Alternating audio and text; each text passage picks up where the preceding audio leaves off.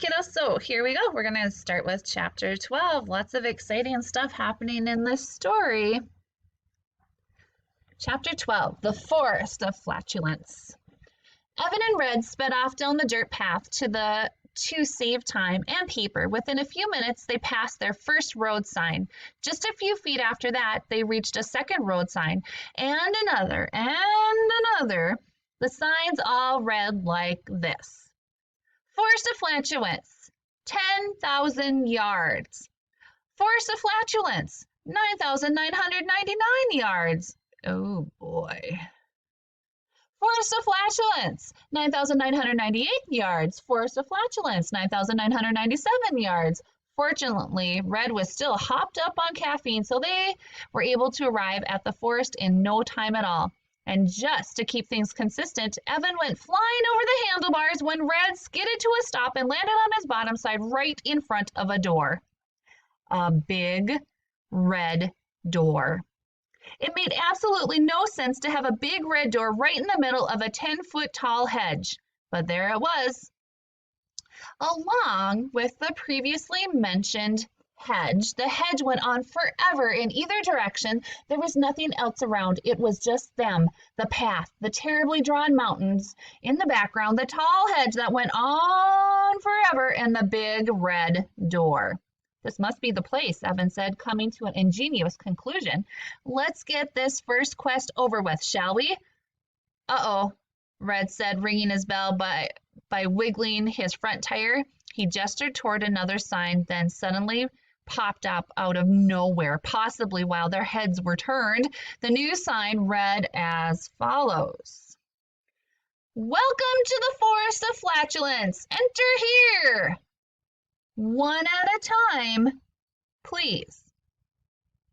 Right behind the Enter Here sign was another sign. This one was a life-size cardboard cutout of King Flibbertigibbet, grinning ear to ear, holding his hand above his fat head. There was a round cartoon dialogue bubble hanging above his large round head. Inside the speech bubble were the following words. You must be at least this tall to enter. Evan put his back up against the cardboard picture of the king. He sighed, a sigh of great relief when he discovered that he was just tall enough to meet the height requirement. Unfortunately, Red wasn't even close. Oh, golly gee, gosh, Red said, cussing like it was the 1930s. I'm way too short. I guess you'll have to go in by yourself. Bring. Evan didn't like the idea of going in alone, but it looked like there was no other choice. Knock, knock, knock. Evan knocked 3 times in case the above sentence was unclear. The big red door swung open. Once again, there was no sound coming from inside. What's worse, Evan thought it looked really spooky in there, kind of scary. Evan gave Red a fearful look. Bring. Red rang his bell in hopes that it would somehow calm Evan's nerves. It didn't help. See you soon, Red, Evan said from inside the doorway. I hope. The moment Evan stepped through the archway, the big red door slammed shut. Only then did the forest come alive with all sorts of foresty noises like birds and crickets, hooting owls, snapping twigs, and stuff like that. There's nothing to be scared of, Evan told himself. Nope, there's nothing to be scared of in here. You're a big kid now. There is absolutely nothing to be scared. Roar! Came a deep growl. Evan sped around to face the terrible beast that was right behind him. But there was nothing there. Correction. There was nothing there except for a log. And this particular log had a mouth, a nose, and big blue eyes that were staring at him. Evan blinked. So did the log. Evan twitched his nose. So did the log. Evan pretended to pick his nose, but the log couldn't because it didn't have hands. Instead, the log rolled forward, causing Evan to scream. Oh, quit screaming, you big baby, the log said. You'll set the Danes on us if you don't pipe down. Shh. Evan couldn't believe his eyes or ears. Are you A talking log? He asked, knowing good and well that the log just spoke to him. Yes, I'm a talking log, said the talking log. I should think that it would be painfully obvious since I am talking to you right now. Wonderful, Evan said, shaking his head. So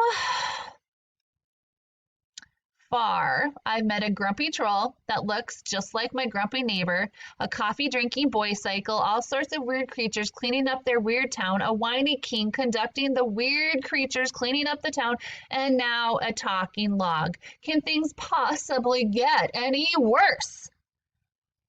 Then things got worse.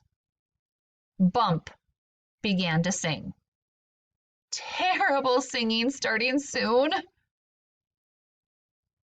There's the log. I'm a bump, I'm a bump, I'm a bump. Some will say I'm a grump. I don't have arms or legs or hair, and I certainly don't have a rump. I talk and roll and talk faster than most people walk. All with no feet, hey, isn't that neat? No, I don't want a pair of socks. I'm smart and funny and clever, but please don't knit me a sweater. I just couldn't bear it. I couldn't possibly wear it. Surely being a log must be better. I'm a talking log, not a talking dog or frog, 'cause that wouldn't make any sense. And best of all, I don't have to wear pants. Continued. Evan was not impressed. That last part didn't even rhyme. You can't rhyme that word sense with the word pants. Everyone knows that. True enough, Bump said. But I didn't write that awful song. I merely have to sing it whenever I meet someone new, and you, cynical little boy, are somebody new. Not that. Not. Now, what exactly are you doing here? This is not a place for children. There are very scary things in this forest. I have to find something, Mr. Log, sir, Evan told him, assuming that the talking log was a male and not a female. As I already told you in that ridiculous song just now, said the talking log, my name is Bump. Pleased to meet you. Hi, Bump, Evan said, looking for a hand to shake, but talking logs don't have hands. Instead, he patted Bump on the head. Pleased to meet you, too. Now, what exactly is this something that you must find? Bump asked, rolling closer to Evan. Evan couldn't help but notice that each time Bump rolled over, he would squash his own face into the dirt, causing him to say, ouch. But Evan had seen many strange things already, so he just did what any rational person would do. He rolled with it. I have to find a unicorn, Evan said, looking around the forest. He couldn't be sure, but he was pretty sure he saw several tiny heads poking out from behind the trees, tiny blue heads to be exact. Looking again, he saw nothing but trees, trees, and more trees.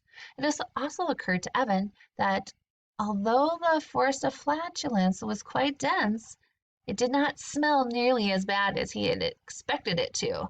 The Bump stuttered as if saying the word unicorn was the most difficult thing in the world. The unicorn? Evan repeated. Why do you stutter when trying to say the word unicorn? Shh. Bump hissed, looking around nervously. Be quiet or they'll hear you. They'll hear us. Whatever. They who? Who'll hear us? Who'll hear me? Us. Whatever. Evan looked around the empty forest. As far as he could tell, he and his new friend Bump were the only two living things in the whole forest. The Danes, you fool, Bump said. His bright blue eyes were wide with fear. The Danes will hear us. You, whatever. You mean like Danish people? Evan asked, not sure what the big deal was. He had never met anyone from Denmark before, but he was sure they'd be very nice. Don't they wear wooden shoes? No. Ouch! Bump cried as he rolled over his own face. The Swedes wear ouch wooden shoes. The Nords have ouch trolls on the brain. And the Danes are very happy, a little too happy if you ask me, ever since they won the ouch happiest country in the world competition a few years ago, and they've been, ouch, completely unbearable. Evan had no idea what Bump was talking about. Either way, the two of them began to roll through the forest. As they continued to move along, Bump seemed to know that something was up. Though he refused to say what, he kept sniffing the air, thinking that Evan didn't notice. Sniff, sniff. Why do you keep sniffing the air? Evan asked, as they rounded another curve and headed deeper into the forest. Oh, no reason, Bump said, then sniffed the air again.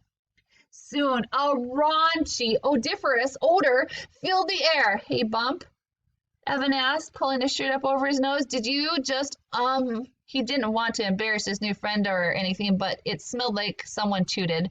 Evan didn't toot, so he decided it must have been Bump. Suddenly they were ambushed. Actually, they were questioned first, and then they were ambushed. Halt! Shouted the tiny blue creature that suddenly jumped out from behind a tree. The tiny blue critter had fierce eyes, a sparky red mohawk, and smelled awful. Bump and Evan halted. Stop right there, the stinky creature demanded. I am Captain O'Cheek Snake, leader of the Fartlicks. Who are you? What are you? Why are you trespassing in our forest? Oh no, Bump groaned. They've found us. Bump started rolling all over the place, looking for somewhere to hide, but it was too late. Hundreds of tiny blue creatures popped out of their hiding spots and surrounded them. Did you just say that you're a fartlick? Evan asked. Because if you did, that's the worst name I've ever heard. Evan started giggling.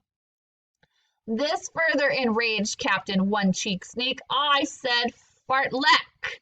The tiny blue creature shouted, not fartlick, fartleck, fartleck, fartleck. You know, like the excruciating, intense workout the Swedes came up with. Ring any bells? Evan shook his head. All of a sudden, the entire mob of fartlecks began to exercise while singing a really annoying song, which begins on the next page. 1 and 2 and 3 and 4. Fartlecks can run and jump and more. 5 and 6 and 7 and 8. Fartlecks can hop and skip and skate. 9 and 10 and 11 and 12. Don't stop now. Don't slow down. Squats, sit-ups, and jumping jacks. Clean and jerk and split your pants. 13, 14, 15, 16. Thanks the Swedes for the silly routine. 17, 18, 19, 20. You want more rhymes? We've got plenty. 21, 22, 23, 24. We can count and rhyme lots more. 25, 26, 27, 28. Stop!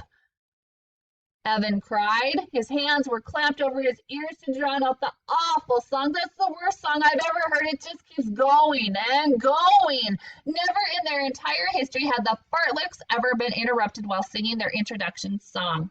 We didn't even make it to 1,000, yelled Captain One Cheek Snake, who was so mad that he tooted. Then he started exercising frantically, doing jumping jacks and screaming at the other fartlicks in a high-pitched, squeaky voice. He yelled at his commanding officer, Sergeant Silent but Deadly, to do something.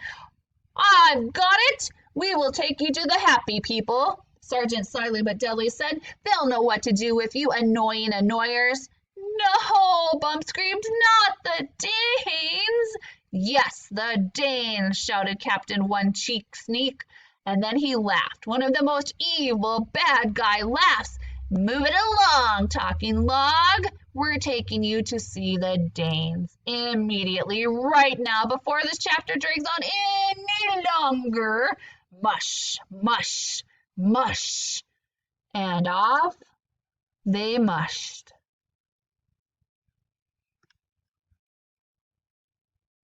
All right, and with that was chapter 12, kiddos.